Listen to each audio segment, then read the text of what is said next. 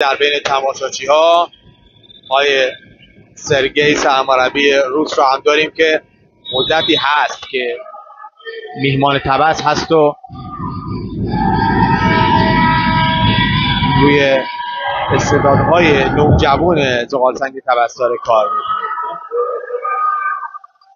آکادمی هندبال زغالسنگ طبس موفق بوده مسابقاتی رو هم برگزار کردند و آقای سرگئی ازبنی این بازیکن حدود 100 هندبالیست نوجوان رو شناسایی کرده که آینده هندبال طبس هستند. تو در اختیار سپاهان، نتیجه 2-1، 11 دقیقه از بازی سپری شده. بازی اونقدر تدافعی بوده توسط هر دو تیم که کمتر پیش میاد توی یک بازی هندبال 1/3 نیمه اول بازی با 3 گل سپری شده باشه. از اون بازی هایی هست که احتمالاً نتیجه نهایی هم گل زیادی نداشته باشه. دست داور بالا هست، باید سریع تصمیم بگیره. حتی روی بازیکن سپاهان پوریا رئوفی بود. شوتی که پاشه 9 زده میشه. باز هم ببینید کیانوش پالاد سریع با مسلم کاظمی. افضل نیا این طرف به نشون میده اما توپا به سیمدی موسوی نمیده و ترجیح میده که به کرمیانی بده که روی او خطا شد. خود کرمیان پشت 9 شروع کننده خواهد بود. افضل نیا، مسلم کاظمی. کم کم سالن 5 اردیبهشت هم تماشاچی ها بیشتر میشن. الان میشه گفت حدود 200 نفر از هواداران هستن که مشخصا هوادارهای پر و پا. گل بسیار زیباه محسن کرمیان نتیجه رو 3-1 میکنه برای زغالسنگ. اختلاف رو به 2 گل میرسونه. دفاع مستحکم زغالسنگ باعث شد که گلر سپاهان هم یه لحظه بیاد جلو. جواد صادقی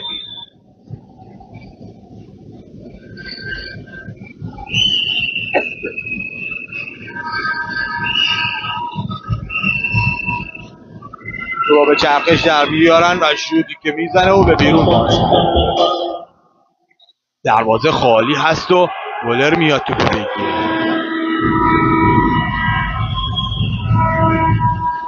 سپاهانیا توپو در اختیار دارن. نتیجه 3-1، دقیقه 14 بازی. 13-14. اون طرف با 45 بازی میکنه. 14 اسامی رو ریز نوشته بوده. مشکل هم از خوندنش خاطر همین شماره خیلی کم با گوش ها بازی شده تو این بازی. قبل از اینکه ضربه رو بزنه پوریا رئوفی سوت داور به صدا در اومده بود. ببینیم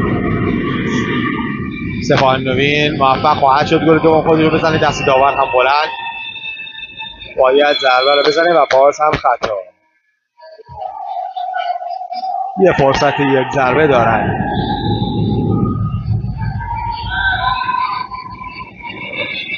توپو از دست میده کیانوش پالاد. مسلم کاظمی فرصت خوبی است که اختلاف خودشون رو به 3 برسونن.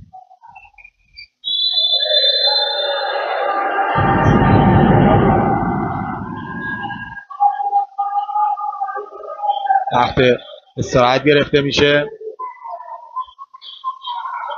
دقیقه 14 می اول یک ضربه آزاد. البته وقت استراحت میرسه. ضربه پنالتی گرفته شد که سیمدی موسوی موفق نشد این ضربه رو به گل برسونه. صادقی بود که موفق بود تو این جدال و دروازه خودش رو حفظ کرد.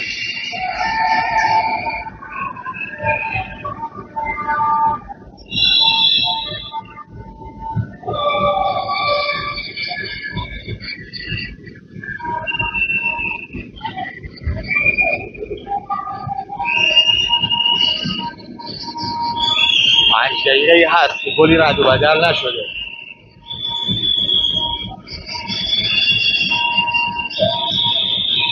لعبه تماشاچی ها علاوه بر آقای سرگی ریاست اداره ورزش جوانان و تعدادی از پیشکسوتان هندبال زغالسنگ طبس هم حضور دارند و واقعا جا داره تشکر هم داشته باشیم از اسپانسر تیم زغالسنگ که با نام زغالسنگ و برند زغالسنگ طبس سالیان سال هست که در لیگ برتر حضور دارن. آقای مهندس مدیر عامل محترم مهندس پوریچی، هیئت مدیره محترمشون که حفظ کردن این شالوده زغالسنگ رو، تیمی که نماینده 6-7 هزار کارگری هست که در زمین زندگی میکنن و کار میکنن. آقای رحیم آبادی معترض هم هست به داوری و خطا روی شیرازی اون طرف. سید مهدی موسوی بلند میشه پوزیشن سوایی در جلد مخالف.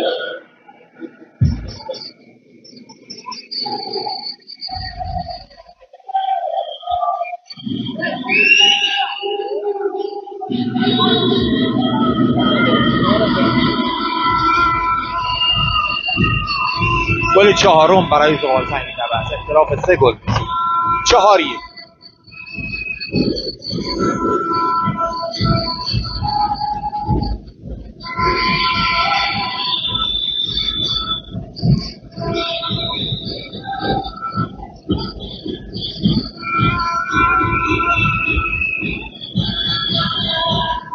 ده دقیقه و 10 ثانیه 4-1 زغالسنگ با 3 گل اختلاف جلو هست و باز هم خطا. دفاع خیلی سنگینی داشته زغالسنگ روی حملات سپاهانی.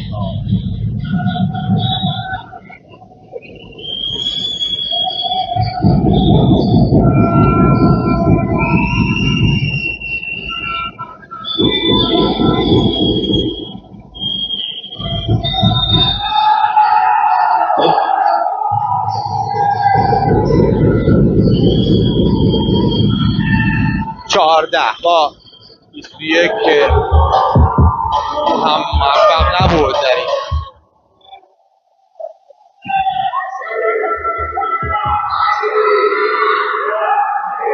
کیانوش پالاد. دقایقی هست که دروازه خودشو بسته نگه داشته، موفق عمل کرده توی حملات.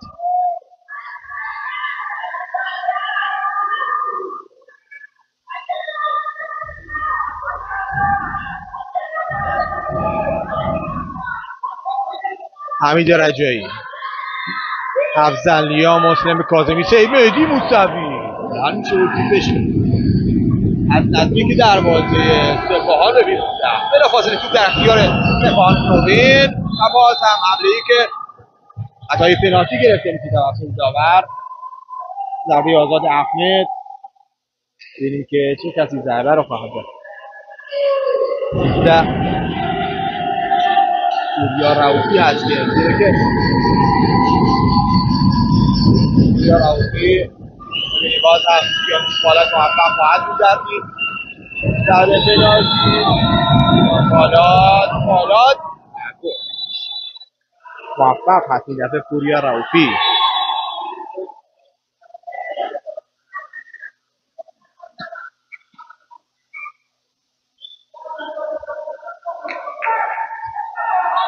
چهار 2 19 دقیقه و 29 ثانیه.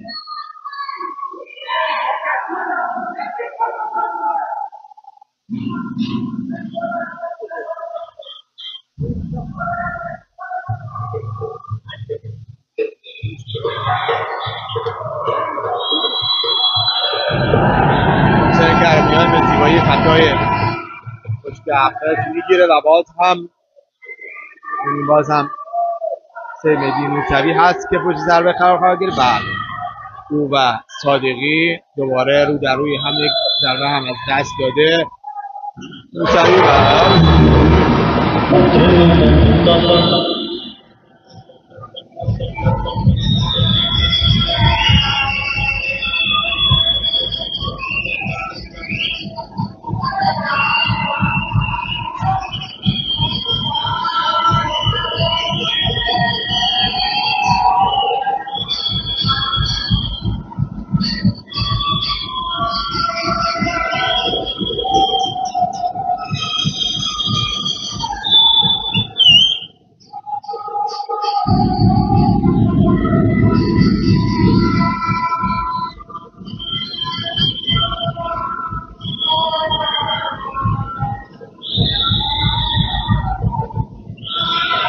آرسنال عقب دفاع و گل رسون زغالسنگ فوق‌العاده کار کردن دفاع زغالسنگ توی حملات سپاهانی. تشویق هواداران هم قرار میگیره این دفاع. باز هم خطا، دست داور بالا.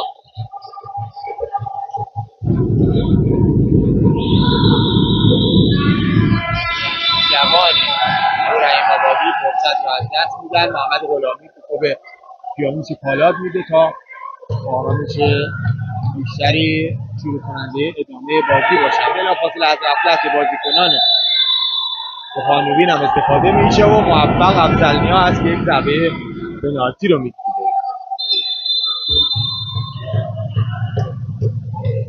آقای رحیم آبادی به شدت معترض هست به داوری.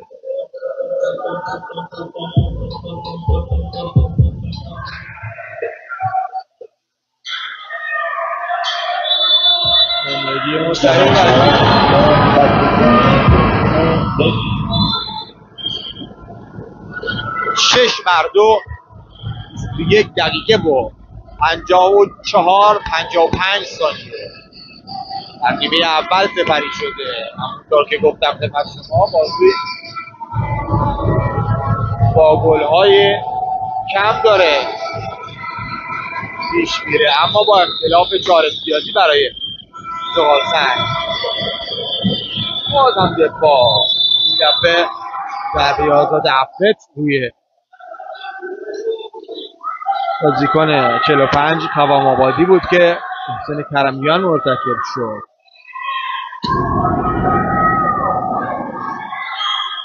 گوریا رؤوفی میره تا ضربه رو بزنه. فکر میکنم سومین ضربه پنالتی هست که رؤوفی خواهد زد در تقابل با کیانوش پالاد.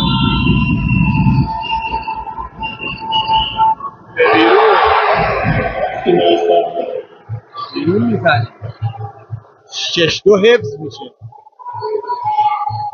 گفتم خدمت کنم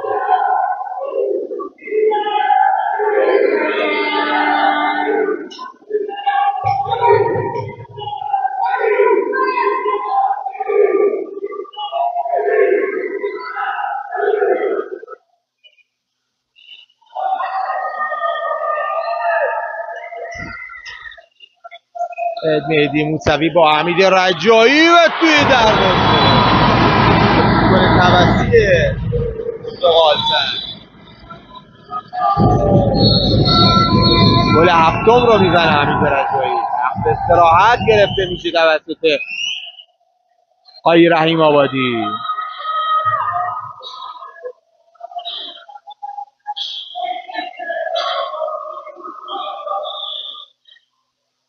بانوان هوادار زغالسنگ رو میبینید که در سالن حضور دارند و از نزدیک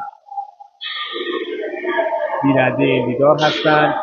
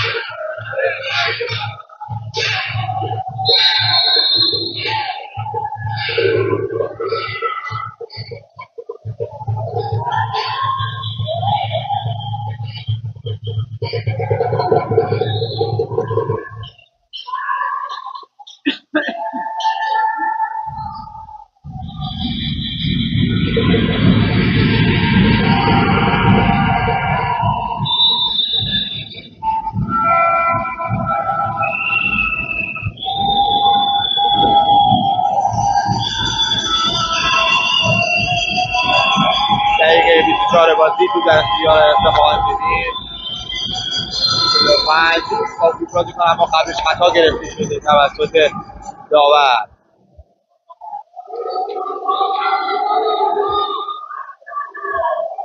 هفت بر دو اختلاف 5 گله برای زغالسنگ میتود.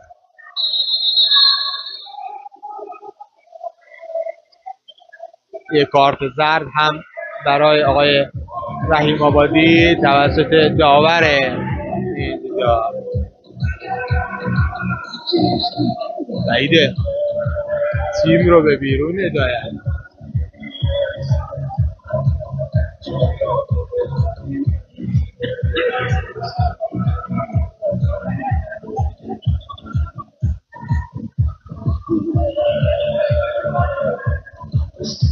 شدت معترض از بند داور.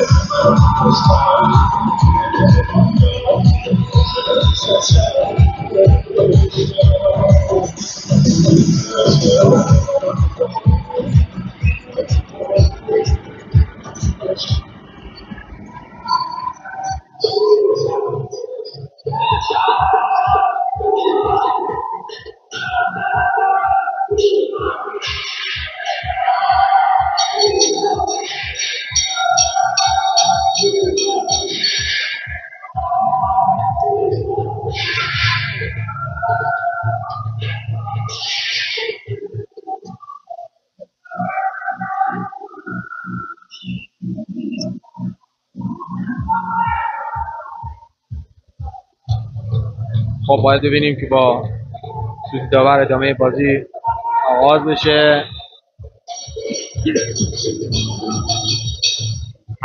7-2 24 دقیقه نیمه اول.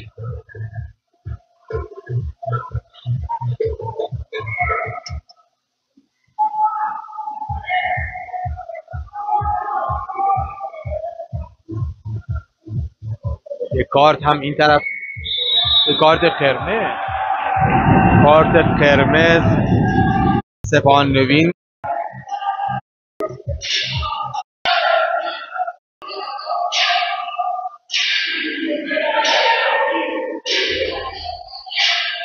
بازی شروع میشه. مسلم کاظمی افضل نیا اما محکم گرفتدش.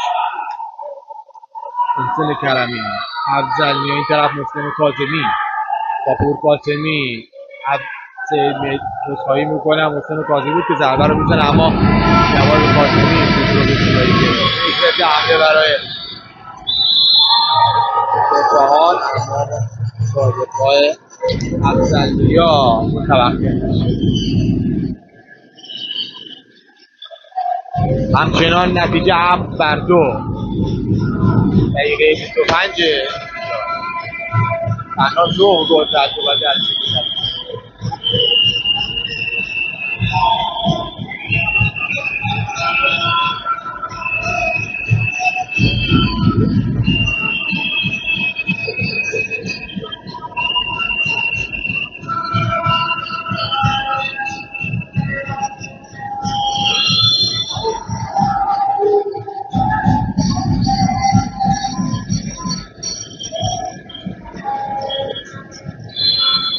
یه لحظه همین رجایی رفت که توپ من دست بازی کن بکنه اما با خطا متوقف شد.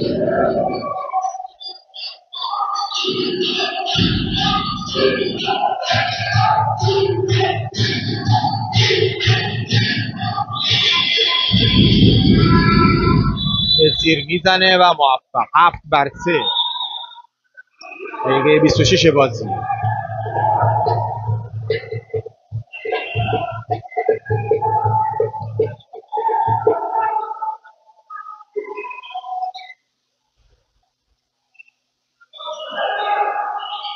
حمید رجایی با خطا. حمید رجایی، شجاعی و قاسمی بازیکنان بومی ازدواج هستند.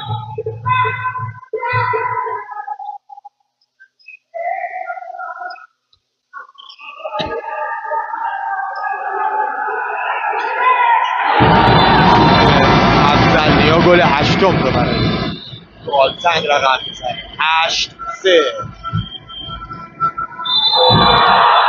الان کیانوش رو گرفت اما قبل از اون توسط محمد غلامی یا مسلم کاظمی خطا گرفته شده. 2 دقیقه هم تعلیق.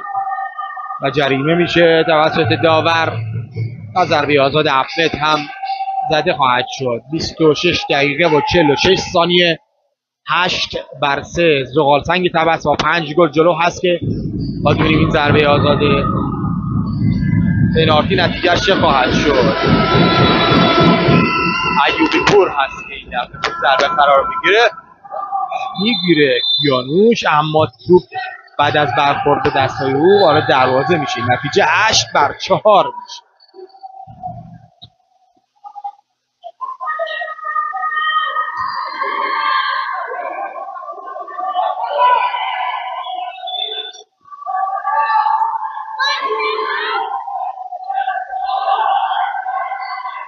احسان قاسمی بازیکن بومی زغالسنگ پخش تیم زغالسنگ شده الان به تشخیص رضا جعفرنیا.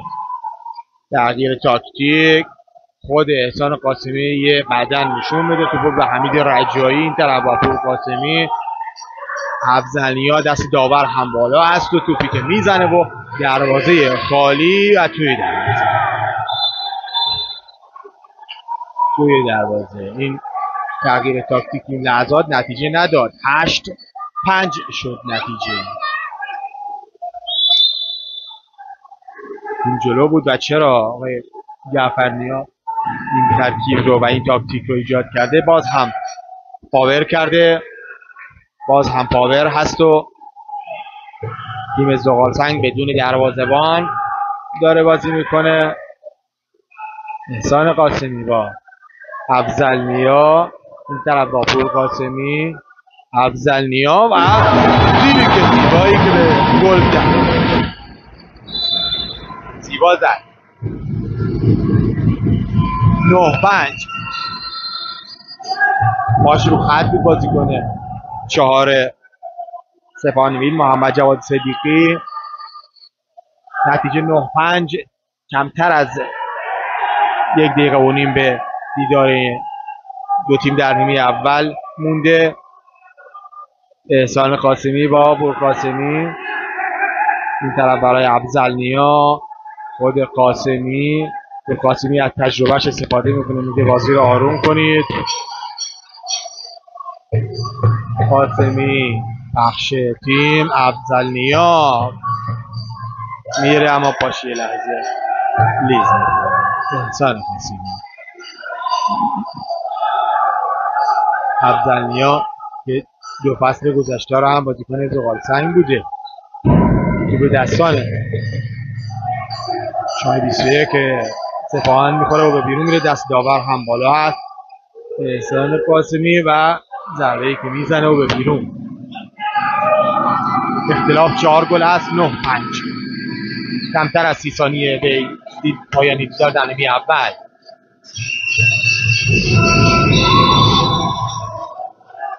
خطا گرفته میشه روی بازیکن سپاهان.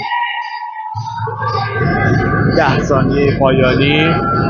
9-5 نتیجه و گلی که زده میشه با پایان دیدار در نیمه اول با نتیجه 9-6. دو تیم با نتیجه 9-6